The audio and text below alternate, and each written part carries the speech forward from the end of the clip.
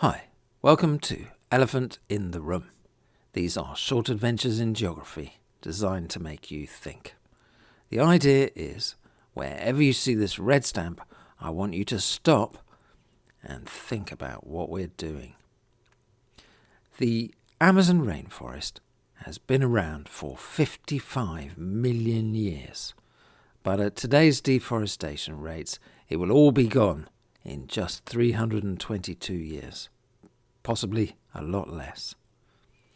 Although it's the biggest bit of natural rainforest left on the planet, so far about half of it has gone.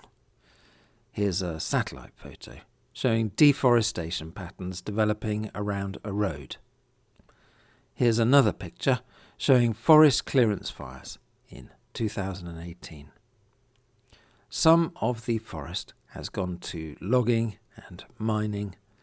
Some has gone to commercial farming, like beef and animal feed. And some has gone to subsistence farming.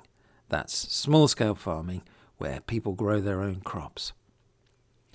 So we all know this deforestation is a terrible idea, but we're doing it anyway. And the question for us today is why? What we're going to do is investigate a patch right in the middle of the remaining forest in Brazil. It's about 1,000 miles to the sea where the Amazon River and the Rio Negro meet.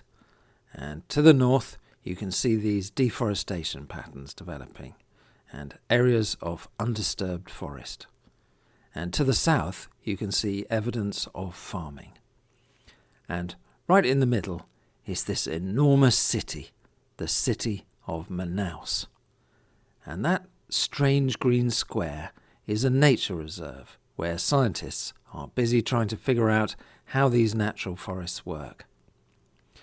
So what I want you to do is to make yourself a little sketch map and build it up as the story goes along. Draw in the rivers and the city and annotate the different bits and pieces. And by the end of it, you'll be able to see the complicated situation that's developed in this part of the world. So the city of Manaus has 2.1 million football-crazy inhabitants. That's like the size of Birmingham, so it's a huge city. But it's far too far from anywhere else to be served by roads, so everything, even the food, has to be shipped or flown in. The Amazon River is a vast river though, so great big cargo ships can get this far up. This seems like a strange place to have a great big city, so what's it doing there? Well, it's there because of the rubber trade. Rubber used to be tapped from the trees in the forest, and it supplied a large global trade, which made some people extremely wealthy, and this enormous city sprang up. But that trade has long since dried up, and what was left moved to Southeast Asia, leaving Manaus stranded in the middle of nowhere. As you can probably imagine, life is not very easy in this city, and a sizable fraction of the population lives in slums surrounding the city. So in order to keep Manaus commercially active and able to support all these people, Brazil made it a free economic zone to try and tempt in businesses, and now parts are shipped in and finished goods like PlayStations and washing machines are shipped back out again. Cheap power is supplied from a gigantic hydroelectric scheme to the north, but that never quite worked, so it also uses oil extracted from deeper in the Amazon. There's also an immense tin mine to the north at Patinga, and that's resulted in a new highway, along the edge of which runs an electricity supply that comes all the way from Venezuela. And electricity produced in Manaus also flows in the other direction into the north of Brazil. So this is our first group of people living in the area, the urban population of Manaus. Our next group are settlers, and they're poor people from other parts of Brazil who've been granted land rights for small-scale farming, and they've been moving in from the south. What they do is clear areas of their plot by setting fire to it and slashing it to bits, so-called slash and burn. And they use those cleared areas to grow crops. But the soils under a tropical rainforest are famously poor and easily washed away by all the rains. So this results in continual deforestation. They also have to grow cash crops like coffee for income and sell valuable timber to make ends meet. So this way of life is very unsustainable, and it's quickly replaced by more profitable, larger scale commercial beef and soya farming. So this is the second group of people living in our area. And here's the third group. They're called the Kinja, and they're the indigenous people who've been living in the area for the last 2,000 years or so. They hunt and they fish and they live amongst the trees, growing some crops but moving around and looking after the forest really. They have complex languages and cultures, and they have a very sophisticated knowledge of the trees and plants and animals and medicines in their area. Some of their groups are still uncontacted by people from the outside, and they have a history of confrontation with people from the outside, which is hardly surprising since they were enslaved to tap rubber, they were practically wiped out by disease, they've been poisoned by mining, brutally displaced by the army, but in recent years they've had particular problems with the road and the electricity supply running right through the middle of their territory. So this is not just an empty forest. It's a very complicated social and economic and environmental situation. There are different groups of people, all of whom have different competing problems and concerns. And this is the sort of thing we come across in conservation situations all across the world. So what we're going to do now is think about how decisions about this part of the forest might be being made. What I want you to do is colour code the boxes on the handout according to whether you think they're a social thing, so about people, or an environmental thing like trees and wildlife, or an economic thing to do with money. Put the video on pause and then come back in a minute and we can discuss the results. Okay, so here are my results. Now, yours might look quite different, and that's absolutely fine. This is about interpreting things, so everybody might see it differently. But here are my results, and one thing I can do with my results is look at how many I got for each type.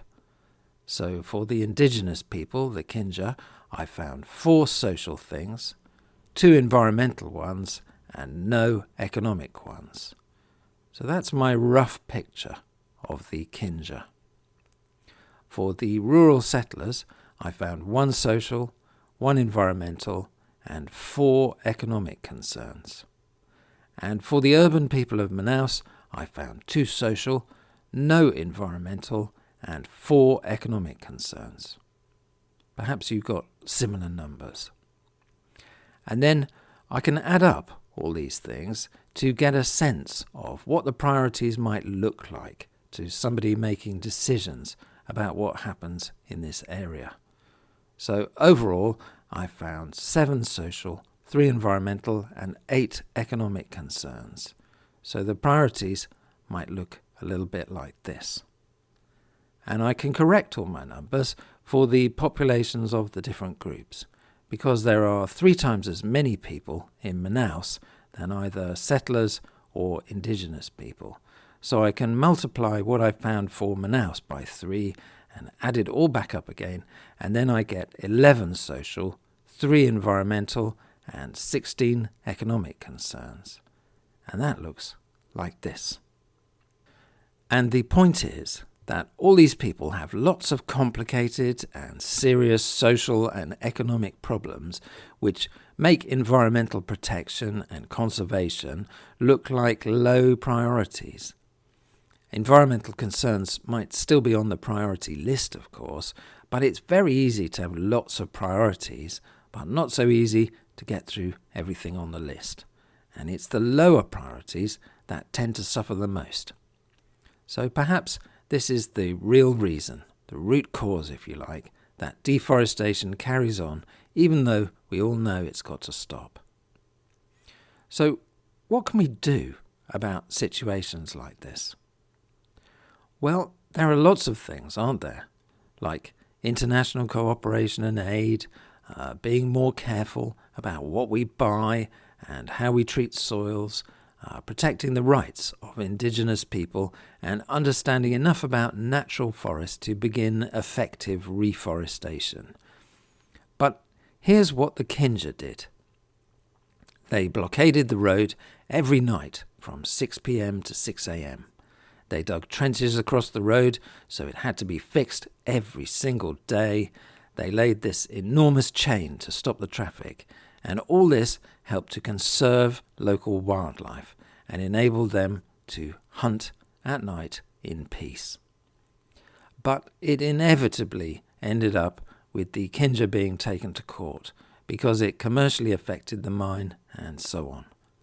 But that was great, because it allowed the Kinja to blame the army over the violence and the mine over the poisoning and the state over land rights, and all this helped to force official review of the evidence and make the facts public. And the Kinja fought all the way up to the highest court in Brazil, and in 2018 they won. And the compensation they demanded was stronger land rights, but also that every school kid in Brazil has to learn the Kinja's story at school. And they've been in the news again recently for forcing the government to publish the Kinja's responses to government schemes on official documents and websites.